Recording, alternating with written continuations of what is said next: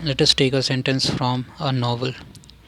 The different parts of the sentence I am going to deal with have been highlighted in different colors. Let's begin. Brooks sat next to Sharp at the prosecution table, hands folded across his stomach, wearing the serene expression of someone schooled in self control. Let us first see the meaning of the words used in this sentence.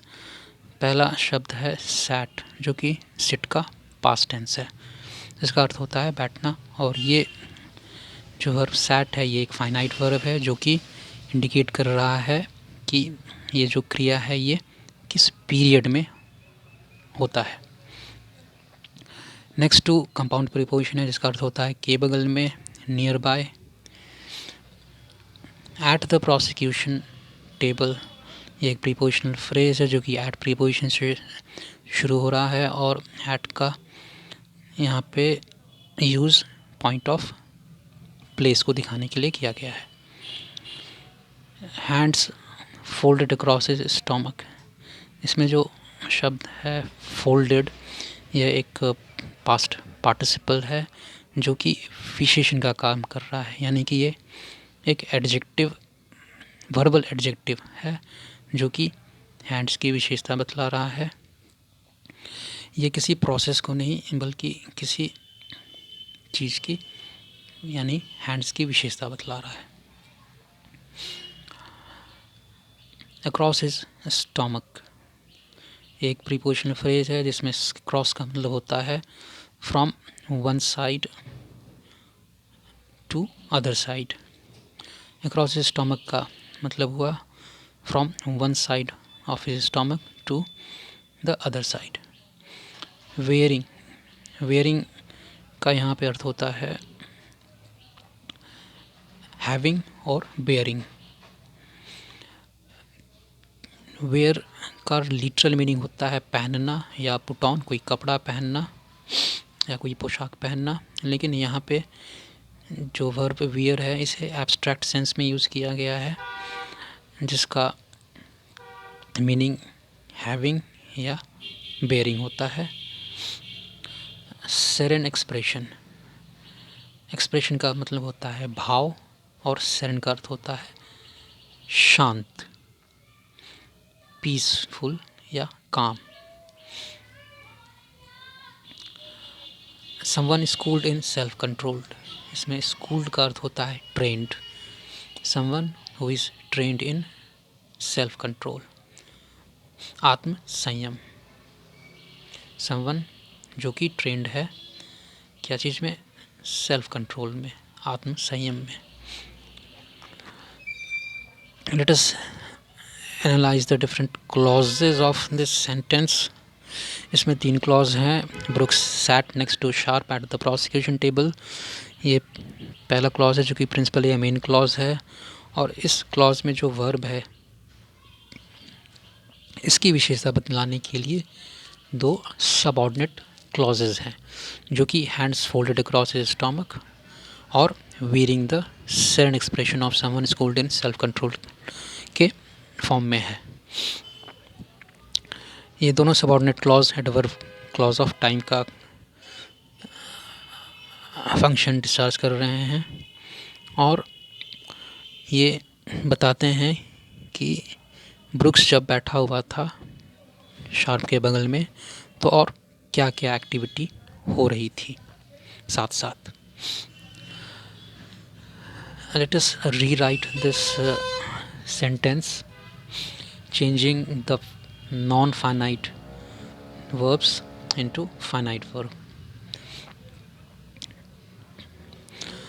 Brooks sat next to Sharp at the prosecution table and his hands were folded across his stomach and he was wearing the serene expression of someone schooled in self-control. इसमें जो coordinating conjunction and है ये 2 कामों के एक साथ होने को इंडिकेट कर रहा है। तो यहाँ पर जो सैट वर्ब है इसके साथ 2 एक्शन और हो रहे हैं पैरेलली, जिसे कि एंड से इंडिकेट किया गया है। तो इसमें जो सेड वर्ब है वो फाइनाइट वर्ब है विच इंडिकेट्स पास्ट पीरियड। दूसरा जो फाइनाइट वर्ब है वह है वर फोल्डेड। ये फाइनाइट वर्ब फ्रेज है क्योंकि ये ग्रुप ऑफ वर्ड्स है, और इसमें जो वर्ब है ये फाइनाइट वर्ब है जो कि एक मेन वर्ब है। ये एक ऑक्सिलरी वर्ब नहीं है, ये मेन वर्ब है, और ये पैसिव वॉइस को नहीं दिखा रहा है, ये एक स्टेट को दिखा रहा है। ये एक स्टेटिव वर्ब है, और इस स्टेटिव वर्ब जो कि मेन वर्ब है का एक कॉम्प्लीमेंट पास्ट पार्टिसिपल के रूप में है, जो कि एक एडजेक्टिव का काम कर रहा है, इसलिए हम इसे वर्बल एडजेक्टिव भी कह सकते हैं, और ये एक नॉन फाइनाइट वर्ब है। थर्ड सेंटेंस में जो वर्ब फ्रेज है वो है was wearing.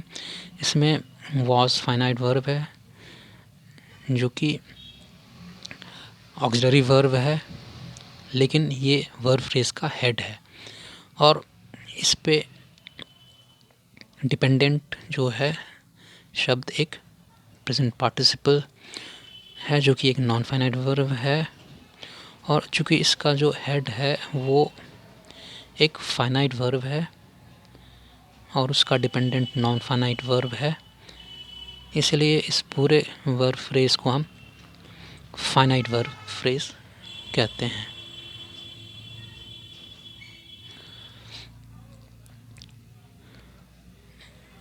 Let us now write the sentence changing the finite verb into non-finite verb.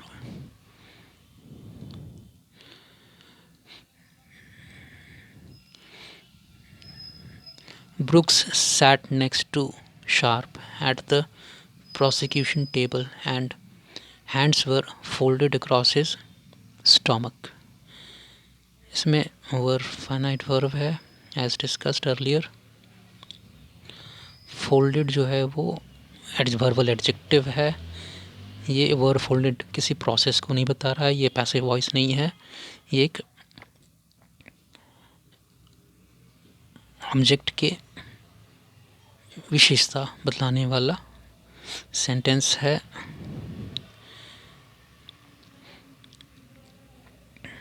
और ये फोल्डेड जो है ये हैंड्स की विशेषता बतला रहा है। इसे हम प्रेडिकेटिव एडजेक्टिव भी कह सकते हैं क्योंकि ये सेंटेंस के प्रेडिकेट वाले पार्ट में। इसे हम चेंज कर सकते हैं। Brooks sat next to Sharp at the prosecution table, hands being folded across his stomach. इसमें एक रिमार्केबल बात यह है कि इसमें जो नॉन फाइनाइट वर्ब बीइंग है जो कि प्रेजेंट पार्टिसिपल वर्ब है को हम इलिप्ट कर सकते हैं या हम इसे ओमिट कर सकते हैं, जैसा कि इस सेंटेंस में, नोवेल वाले सेंटेंस में किया गया है। तो हैंड्स और फोल्डेड के बीच बीइंग नॉन फाइनाइट जो वर्ब है वो इलिप्ट कर दिया गया है। You can notice this phenomenon in different types of articles and writings.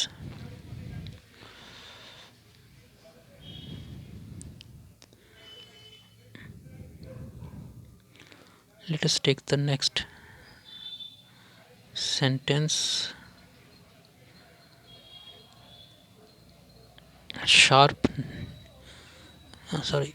Brooks sat next to Sharp at the prosecution table and he was wearing the certain expression of someone schooled in self-control. इसमें भी जो दो finite clause है उसको and से जोड़ा गया है, और ये जो एंड है ये दो साइमल्टेनियस एक्शन को इंडिकेट कर रहा है। This sentence can be rewritten as Brooks sat next to Sharp at the prosecution table wearing the serene expression of someone schooled in self-control. तो इसमें was wearing जो फाइनाइट वर्ब फ्रेज था इसे non finite verb wearing यानी कि present participle में change कर दिया गया है। तो ओरिजिनली जो हमारा सेंटेंस है वो निकल कर आता है, अगर हम इस दोनों साइमल्टेनियस एक्शन को अगर हम एक सिंगल सेंटेंस में लिखें तो hands folded across his stomach को हमने जो है सेट के ठीक बाद रखा है। उसके बाद इसका जो नेक्स्ट एडवर्ब क्लॉज है, wearing the sudden expression of someone schooled in self control, को हमने लास्ट में रखा है। ये जो नॉन फाइनाइट क्लॉज है इसका अपना एक सब्जेक्ट है जो कि हैंड्स है, और इस नॉन फाइनाइट क्लॉज का जो सब्जेक्ट है वो ब्रुक्स है, यानी कि subject of this non-finite verb is identifiable with the subject of the main clause।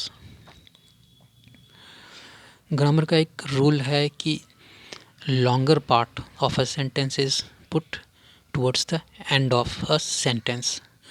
To following this rule, wearing the serene expression of someone schooled in self-control को last में रखा गया है, क्योंकि ये जो है ये hands folded across his stomach से लंबा है। That's it in this video. See you in the next video with some new sentence.